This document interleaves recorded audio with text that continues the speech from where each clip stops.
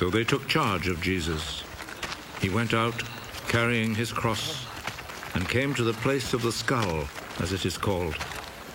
In Hebrew, it is called Golgotha.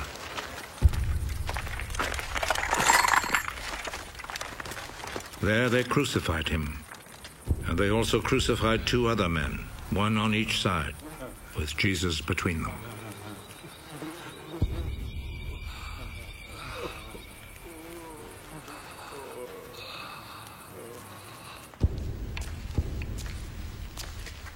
Pilate wrote a notice and had it put on the cross. Jesus of Nazareth, the King of the Jews, is what he wrote.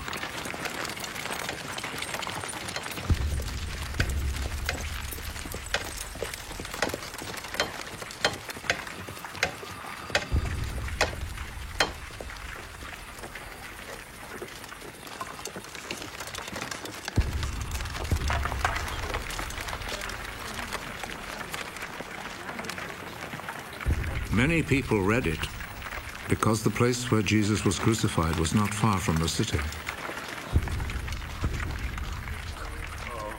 The notice was written in Hebrew, Latin, and Greek. The chief priest said to Pilate, "Do not write the King of the Jews, but rather, This man said, I am the King of the Jews."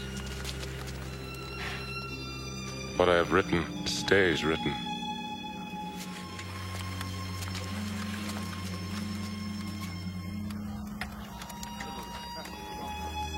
After the soldiers had crucified Jesus, they took his clothes and divided them into 4 parts, 1 part for each soldier. They also took the robe, which was made of 1 piece of woven cloth without any seams in it. The soldiers said to one another, "Let's not tear it. Let's throw dice to see who will get it." This happened in order to make the scripture come true. They divided my clothes among themselves and gambled for my robe. And this is what the soldiers did. Standing close to Jesus' cross were his mother's sister, Mary, the wife of Clopas, and Mary Magdalene. Jesus saw his mother and the disciple he loved standing there. "He is your son." Then he said to the disciple, "She is your mother." From that time, the disciple took her to live in his home. Jesus knew that by now everything had been completed. And in order to make the scripture come true, he said,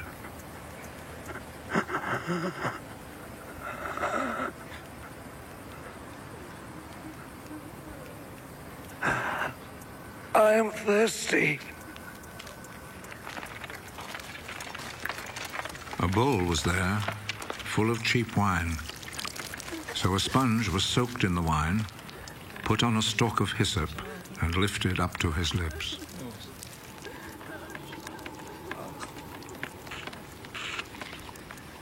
Jesus drank the wine.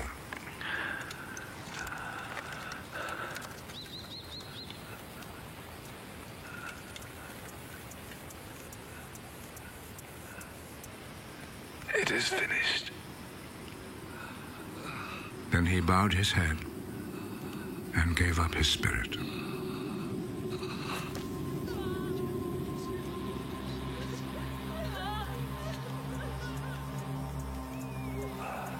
Then the Jewish authorities asked Pilate to allow them to break the legs of the men who had been crucified and to take the bodies down from the crosses.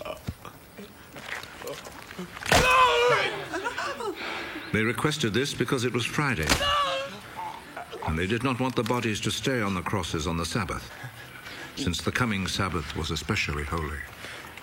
So the soldiers went and broke the legs of the first man, and then of the other man who had been crucified with Jesus. But when they came to Jesus, they saw that he was already dead, so they did not break his legs. One of the soldiers, however, plunged his spear into Jesus' side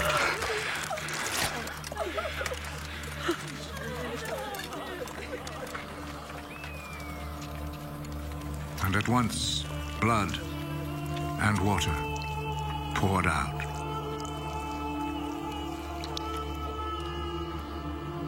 The one who saw this happen has spoken of it, so that you may also believe.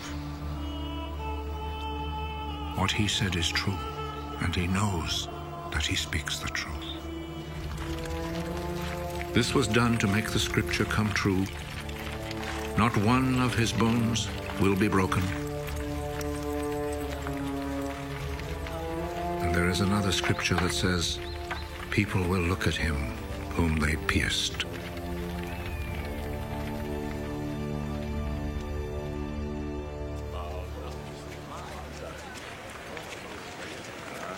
After this, Joseph, who was from the town of Arimathea, asked Pilate if he could take Jesus' body. Joseph was a follower of Jesus, but in secret because he was afraid of the Jewish authorities. Pilate told him he could have the body, so Joseph went and took it away.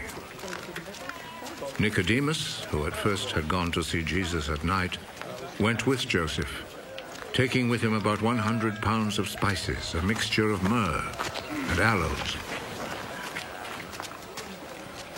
The two men took Jesus' body and wrapped it in linen cloths with the spices, according to the Jewish custom of preparing a body for burial. There was a garden in the place where Jesus had been put to death, and in it there was a new tomb where no one had ever been buried. Since it was the day before the Sabbath, and because the tomb was close by, they placed Jesus' body there.